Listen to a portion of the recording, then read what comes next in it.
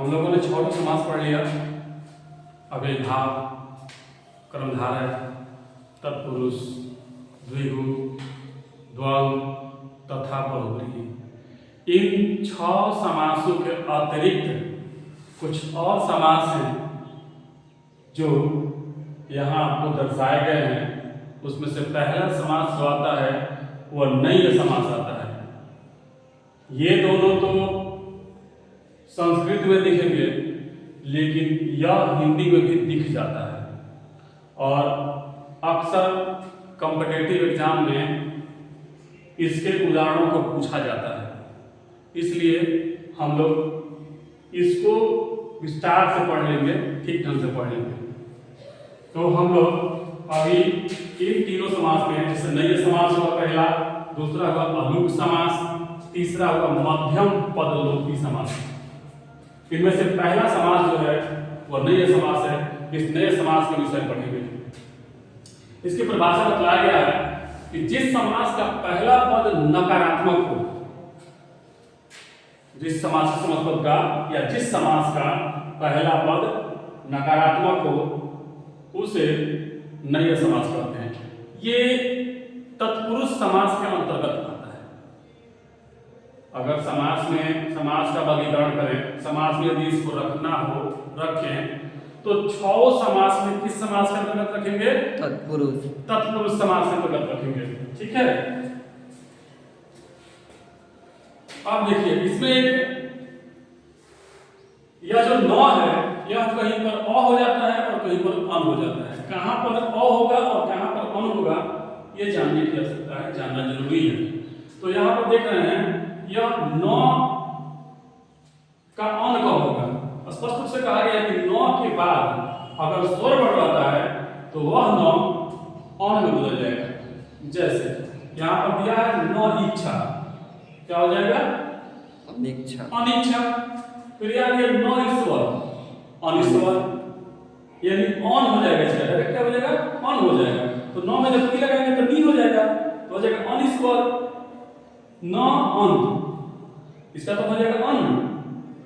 तो अन जब होगा, इस नौ का जब ऑन होगा तो जहां देख रहे हैं कि इस नौ में हलफ है, तो इस नौ में हलफ क्या करेगा? जब इसका ऑन होगा तो इस नौ में अ मिल जाएगा, और जब नौ में अ मिल जाएगा तो उस नौ को पूरा कर देगा। तो हो जाएगा न अन अनंत, फिर न उपकार अनुपकार, न अर्थ अनर्थ, न इष्ट अनिष्ट। यदि दे दे अनिष्ट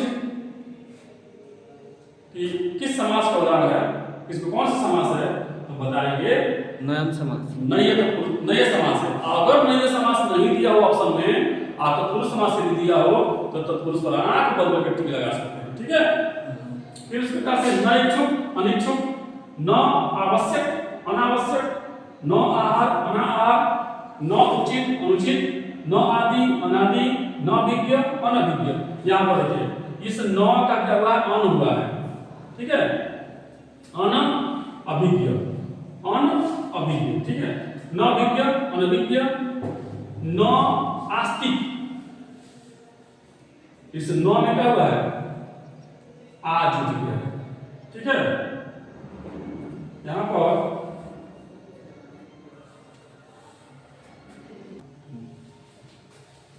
थोड़ा सा मिस्टेक हो गया था।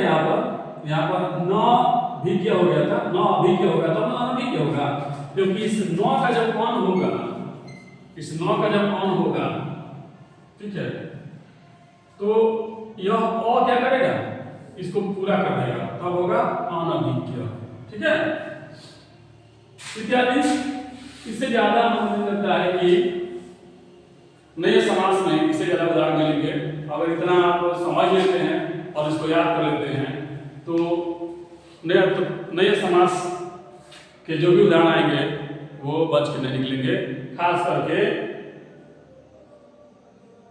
नौ के बाद स्वर वर्ण आने वाले जो भी उदाहरण होंगे इससे अधिक नहीं आएंगे।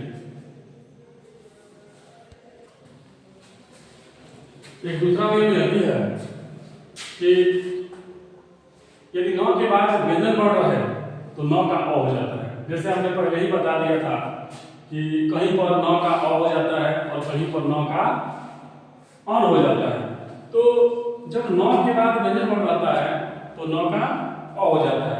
जैसे न सुंदर असुंदर, न धर्म अधर्म, न सिद्ध असिद्ध, न प्रिय अप्रिय, न योग्य अयोग्य, न ज्ञान अज्ञान।